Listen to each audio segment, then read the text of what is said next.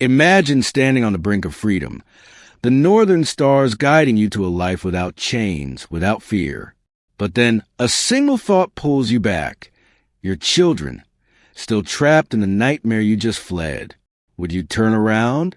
One woman did. 3 times. Her name was Eliza Hart, and her story reveals the unbreakable power of a mother's love in the face of unimaginable cruelty. Today, as we grapple with the legacies of our past, stories like Eliza's remind us why history isn't just facts and dates. It's the raw human struggles that shaped who we are. I've spent years diving into archives, piecing together forgotten narratives from the antebellum South, talking to descendants and historians to bring these voices to life. What Eliza endured isn't just a tale of survival. It's a masterclass in resilience, showing how love can defy even the most oppressive systems. Stick with me, because by the end, you'll see how our choices echo in our world today. Let's step back to 1849, in the humid lowlands of eastern Mississippi, along the winding Pearl River. The Whitaker plantation sprawled across 400 acres of fertile soil, churning out cotton that lined the pockets of its owner, Elias Whitaker. He was a man of contradictions, a devout Baptist who quoted scripture at Sunday services, yet oversaw a regime of brutal efficiency. His wife, Amelia, ruled the household from her shaded veranda, her fragile health a convenient excuse to delegate the dirty work. Into this world was born Eliza Hart in 1825, the child of a seamstress enslaved on the property and a father whose identity was a whispered secret, hinted at by Eliza's fairer complexion. From a young age, her appearance spared her the backbreaking field labor. By 10, she was inside the big house, learning to serve, clean, and anticipate every whim. She became indispensable, the one who starched collars to perfection, prepared herbal remedies for Amelia's ailments, and kept the chaos of daily life at bay. But indispensability came with a price. At 18, Eliza found herself isolated in a tiny attic room, a privilege that masked darker intentions.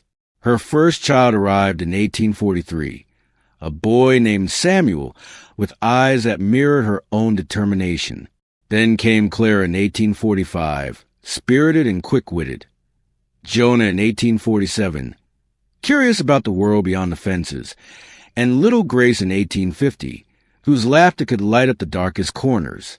These 4 were Eliza's world, but they were also her anchors in a sea of uncertainty. Enslaved children could be ripped away at any moment, sold to settle debts, traded like livestock, or simply to break a parent's spirit. Eliza watched other mothers wail as wagons carted off their young, vowing she'd never let that happen to hers. Whispers of the Underground Railroad reached even the isolated Whitaker quarters. Tales of hidden paths, sympathetic strangers, and a promised land up north. But escaping alone was one thing. Fleeing with 4 small children was suicide. They'd be too slow, too noisy, the hounds too relentless. So Eliza hatched a plan. Run first, secure freedom, then circle back with help. It was risky, bordering on madness, but the alternative, watching her kids grow into the same cycle of degradation, was unbearable. In the spring of 1852, overheard murmurs in the big house shattered her world. Elias was deep in debt after a bad harvest, eyeing her children as quick cash. A trader from Natchez was coming, specializing in fancy lots for the markets downriver. Eliza's blood ran cold. She had weeks, maybe less. That night, under a sliver of moon, she slipped out, heart pounding, heading north through tangled swamps and thickets. For 5 grueling days, she evaded patrols, foraged berries, and crossed streams to throw off scents.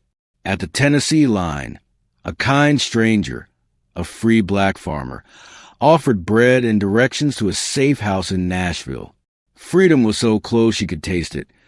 Crisp air, no overseer's whip, a chance to build a new life. But visions of Samuel's trusting smile, Clara's questions, Jonah's stories, and Grace's tiny hands haunted her. If she pressed on, Years might pass before she could return, and by then, her children could be scattered, lost forever.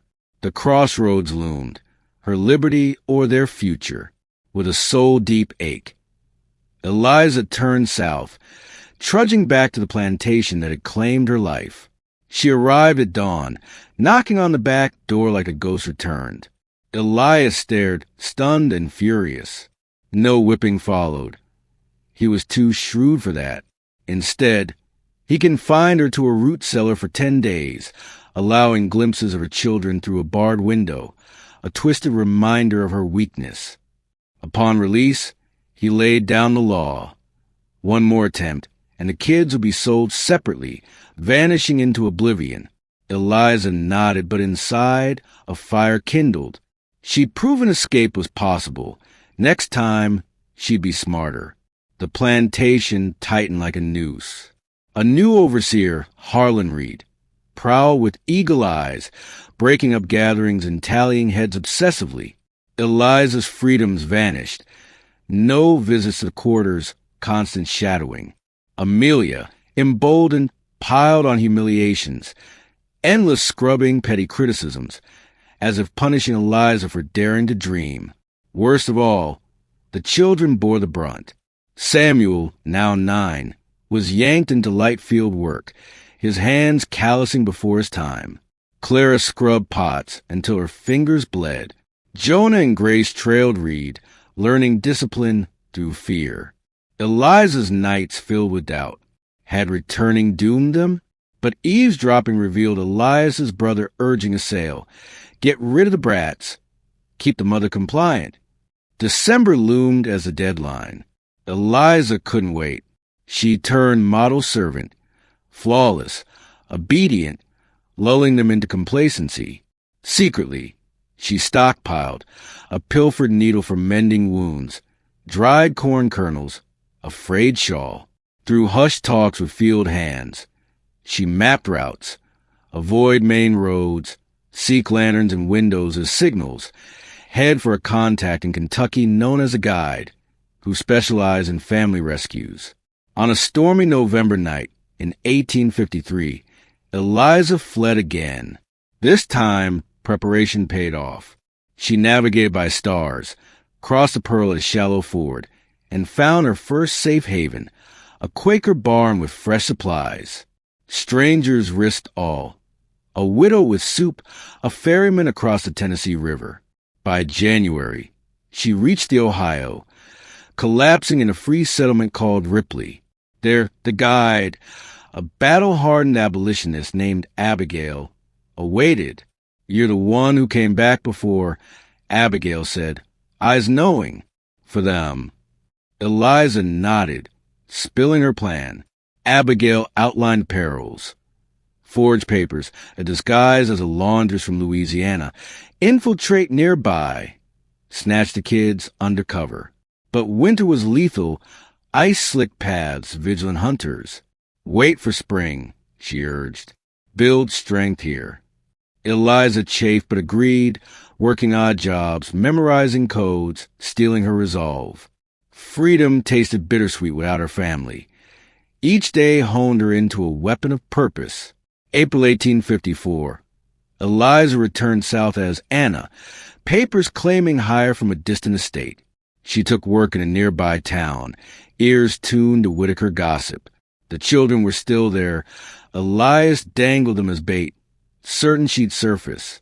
On May 3rd, she crept to the plantation edge. The quarters hummed faintly. A shadow stirred. Clara, drawing water. Mama? The reunion was electric. Silent hugs amid terror. Eliza gathered them. We're leaving. Quiet, brave. But floodlights, lanterns, erupted. Reed and Elias emerged with armed men. Predictable, Elias sneered. Love makes fools. They'd watched, waited, using the children as lures. Captured, Eliza faced horror. Public flogging. Kids auctioned apart. In that desperate circle, she bargained. Free them north. I'll stay. Submit forever. No more runs. Elias paused, intrigued.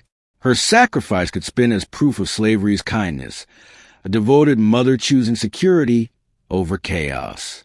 He countered, no full freedom, but apprenticeships nearby, yearly visits. Eliza accepted, lashes searing her back at sunrise before witnesses. The pain was nothing.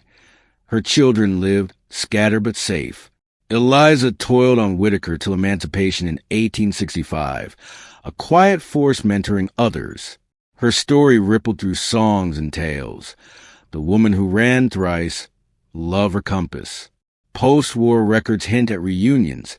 Samuel's in Ohio factories, Clara's teaching schools. Eliza vanished into history around 1872, perhaps northbound at last. What can we take from this? First, recognize love's power.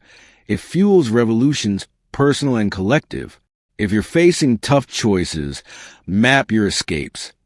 Identify risks, gather allies, plan contingencies. Address myths. Freedom isn't always linear. Sometimes, strategic retreats build stronger paths. Avoid the trap of isolation. Build networks like Eliza's safe houses for supporting crises. Eliza Hart's saga reinforces that true liberation comes within, through choices that honor your deepest bonds. In a world still wrestling with inequality, her returns challenge us. What chains hold you, and what would you risk to break them for those you love? If this moved you, hit like, subscribe for more hidden histories that inspire action, and comment. What's your impossible choice? Watch next. The underground heroes who made escapes like hers possible. Remember, some freedoms are won not by running, but by standing firm where it counts most.